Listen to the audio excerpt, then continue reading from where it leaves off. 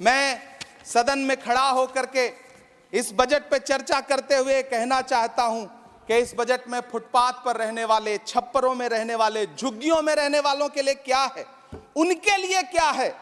जो प्रधानमंत्री के किए गए वायदों की बाट जोह रहे हैं, हर साल फरवरी की खूबसूरत सुबह और सजी हुई संसद से बरसते हुए झूठे वायदों की जवाबदेही कौन तय करेगा? कौन बताएगा कि 2022 में प्रधानमंत्री जी जो सबको पक्का मकान देने वाला वायदा किए थे उसका क्या हुआ?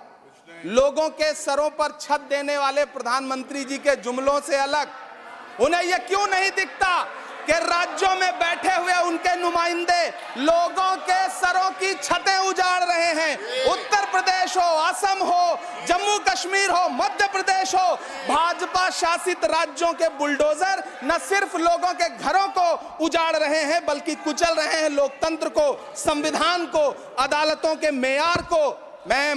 मैं आंकड़ों की बाजीगरी से अलग हट करके इस बजट पर एक बात कहना चाहता हूं।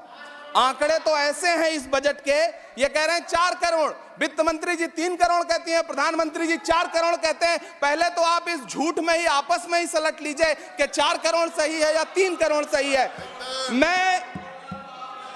आंकड़े तो ऐसे हैं इस बजट के मैम कि जो सुने वो बस पथराई आंखें लेकर किंग कर्तव्य विमूढ़ हो जाए।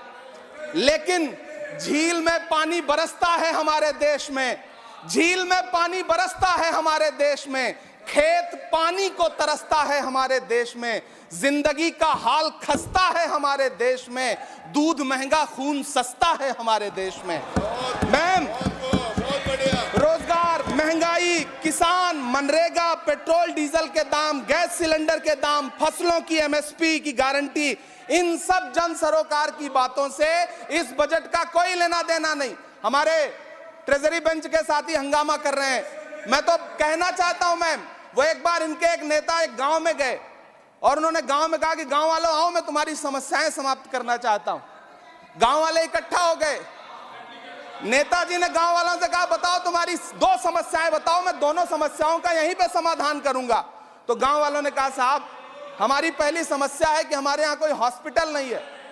तो नेताजी ने मोबाइल निकाला, कहीं फोन मिलाया और मिला के फोन पे पता नहीं क्या कुछ कहा कि यहाँ गांव में हॉस्पिटल नहीं है, हॉस्पिटल तुरंत, यहाँ हॉस्पिटल चाहिए। गांव वाले खुश हो गए कि 1 मिनट में यहाँ हॉस्पिटल आ रहा है। अगली समस्या के बारे में उन्होंने, नेताजी ने गांव वालों से कहा कि मैंने आपकी पहली समस्या समाप्त कर दी, दूसरी समस्या बताओ। तो गांव वालों ने कहा साहब इस गांव में कोई भी मोबाइल का नेटवर्क ही नहीं है। ये है इनके काम करने का तरीका, ये है झूठ बोलने का तरीका।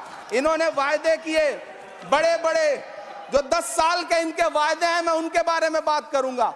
वायदों से ज्यादा इनके नारों पे बात करूंगा। पहला नारा था बहुत हुई महंगाई की मार, अब की बार मोदी सरकार। आइए इस नारे की समीक्षा करते हैं। पेट्रोल, डीजल, गैस, ये तो बड़ी बड़ी बातें हैं। आटा, चावल, दूध, दही, पनीर, छाछ, सब चीज पे जीएसटी।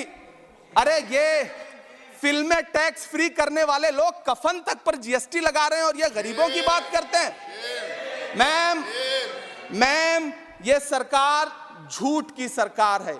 ये सरकार के जितने दावे हैं सब खोखले हैं। आज प्रधानमंत्री जी कह रहे थे सबका साथ सबका विकास। ये कैसा सबका साथ सबका विकास है कि मौलाना आजाद नेशनल फेलोशिप आपने बंद कर दी, आपने माइनॉरिटी डिपार्टमेंट का बजट घटा दिया।